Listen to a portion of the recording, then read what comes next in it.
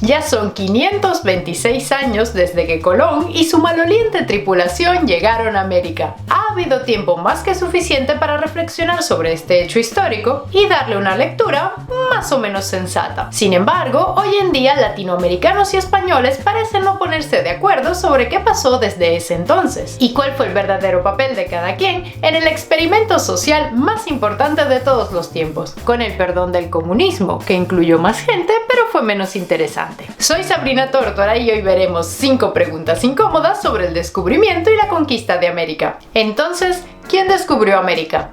Cuando se habla de Colón y el descubrimiento de América, más de uno, con ganas de parecer hombre leído y de mucho mundo, dirá aleccionadoramente: Colón no descubrió América, América fue descubierta por los... Y a continuación mencionará alguna civilización remota como los fenicios, chinos, egipcios, japoneses y hasta hebreos. El libro de Mormón, Dixit. Pero oficialmente los únicos que se sabe llegaron antes de Colón fueron los vikingos. Y si bien es cierto que Eric el Rojo y su gente arribaron en el siglo X a lo que es hoy Canadá, no podría considerarse que fueron quienes realmente descubrieron América. Si nos queremos poner técnicos, los verdaderos descubridores de América fueron los grupos de siberianos que cruzaron el estrecho de Bering alrededor del año 15.000 a.C., cuando el mundo era una espantosa bola de hielo de la que todos querían escapar. E inclusive esta teoría no está totalmente comprobada. En todo caso, como dijimos en nuestro video, 5 personajes más importantes de la historia que puedes ver aquí, da igual quién llegó primero a América. El que sentó un antes y un después fue el señor Cristóforo Colombo, italiano. El día 12 de octubre de 1492, con sus 3 maltrechos barcos y su tripulación al borde de la locura y el canibalismo. Vale, estoy exagerando un poco con lo de canibalismo. ¿De verdad hubo un genocidio? Hoy en día a mucho político roñoso latinoamericano le encanta vociferar que el 12 de octubre comenzó el genocidio más grande jamás perpetrado. Leopoldo II, Stalin, Hitler, ¿qué va? Esos eran adorables conejitos rosados al lado del sanguinario Imperio Español. Si como mínimo los conquistadores asesinaron salvajemente a 20 millones de indígenas, y esto basándonos en las cifras de Fray Bartolomé de las Casas, que probablemente se quedan cortas porque era un cura español que maquillaba los números. Antes de empezar a desmentir este disparate, me protegeré de la avalancha de insultos en la caja de comentarios diciendo lo siguiente: ciertamente los españoles se comportaron de forma cruel con los indígenas, eso nadie lo duda, pero decir que perpetraron un genocidio de semejante tamaño no tiene pies ni cabeza. Y es que los números de los que apoyan la teoría del genocidio simplemente no cuadran. Si los 19.000 conquistadores que llegaron a suelo americano hasta 1540 hubiesen perpetrado tan grande matanza, habrían tenido que rasparse unos 1.000 indígenas al día, y un poco más de 1.000 por cada conquistador. Sencillamente no es verosímil, pues no había los medios suficientes para semejante matazón, y difícilmente todos y cada uno de los españoles podían ser sádicos y asesinos. Los verdaderos genocidas de los indígenas americanos no fueron otros que los virus y enfermedades que traían los europeos consigo. La viruela, la gripe, el sarampión, el tifus y otros asesinos bastante más efectivos que un puñado de barbudos con mosquetes habrían sido los que diezmaron entre un 80 y un 95% de la población aborigen. Eran los indígenas buenos salvajes. Quienes piensan que en América hubo un genocidio aseguran también que los indígenas eran seres puros, que vivían en un Edén libre de pecado, hasta la llegada de los depravados europeos que lo pervirtieron todo. Todo empieza cuando Colón describe haber llegado al paraíso terrenal, maravillado con la belleza del continente y el trato gentil de sus habitantes. Sin duda esto alimentó el cerebro acatarrado de tanto leer la Biblia de los europeos. Durante siglos varios pensadores y filósofos como Jean-Jacques Rousseau ayudaron a esparcir la idea de que el nuevo mundo era como el mismísimo cielo. Pero recordemos que había muchísimos pueblos indígenas. Meterlos a todos en el mismo saco sería lo mismo que decir que un español era lo mismo que un búlgaro de la época. Había pueblos pacíficos, pero otros terriblemente belicosos como los aztecas, por ejemplo. Los grandes imperios precolombinos como el mencionado o el de los incas, ¿cómo crees que se construyeron? A punta de sonrisas y regalos. Otros pueblos menos avanzados como los caribes no eran menos expansionistas. Estas furibundas tribus tribus tenían un grito de guerra que empezaba diciendo Anacarina Rote. ¿Sabes qué significa?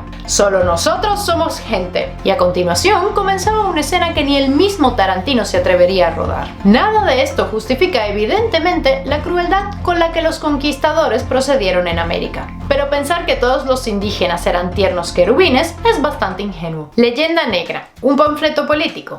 La leyenda negra española recoge la idea antes expuesta de que los españoles eran seres con una sed insaciable de sangre. Añadámosle la depravación, la codicia, el engaño y tendremos al pueblo más ruin que jamás pisó la tierra, con el permiso de los judíos, que suelen ser el chivo expiatorio de cuanto mal acontece a la humanidad. ¿A quién podría interesar una idea tan caricaturesca sobre los españoles? A sus enemigos políticos, claro está. Y mira que los españoles han tenido bastantes a lo largo de la historia, empezando por los italianos, que ya en el siglo XV comenzaron a ser sometidos por el entonces Reino de Aragón, pasando por los holandeses, quienes se rebelaron contra Felipe II, hasta los ingleses, franceses y portugueses, quienes eran las potencias rivales de la época. No olvidemos a los protestantes, que por supuesto le tenían tirria a todo lo que estuviera impregnado por el hedor papal. Todo el mundo quería acabar con España. Era la potencia dominante de la época y durante más de un siglo fue el matón del vecindario. Los italianos asociaron a los españoles con los judíos y los moros, para asegurar que eran poco cristianos y, para colmo,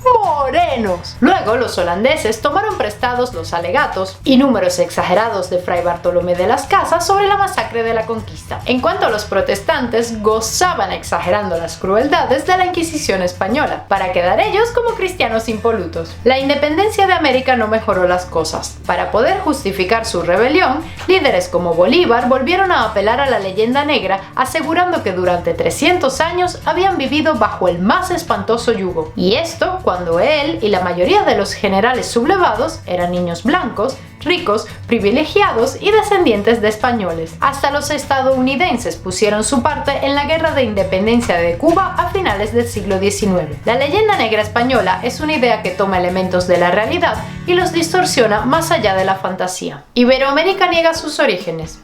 Tanto los políticos roñosos mencionados antes como una buena parte de los iberoamericanos sacan de vez en cuando el panfleto de la leyenda negra para agitar a las masas y apelar al más rancio nacionalismo. Como dijimos antes, nuestros libertadores tuvieron que inventarse el cuento del yugo español para poder sostener la idea de que la guerra de independencia era necesaria. En realidad, más que una guerra entre las colonias y la península, se trató de guerras civiles entre los americanos que apoyaban a la monarquía y los que no. Claro que España intentó mantener el control de sus dominios, pero recordemos que al principio de la guerra estaba algo ocupadilla peleando por su propia independencia contra los franceses. Cuando finalmente Iberoamérica se independizó, las maltrechas nuevas repúblicas tenían un futuro complicado. Para ser viables, las sociedades de nuestras naciones se cohesionaron en torno al mito independentista que, como vimos, se alimentaba de la leyenda negra. Y así ha sido hasta nuestros días, en los que muchos iberoamericanos lloran por los indios y los negros y maldicen a la corona española cuando la mayoría tiene apellido español y sus costumbres son mayormente de origen español. De manera tal que, hijos queridos, esos crueles conquistadores eran nuestros abuelos. Su sistema de explotación fue el que forjó para bien y para mal a nuestra sociedad, y sus costumbres son las nuestras, sin negar los aportes de los pueblos vencidos. Negar esto es negarnos a nosotros mismos, y eso podría explicar, en parte, por qué nuestras sociedades no parecen terminar de asentarse.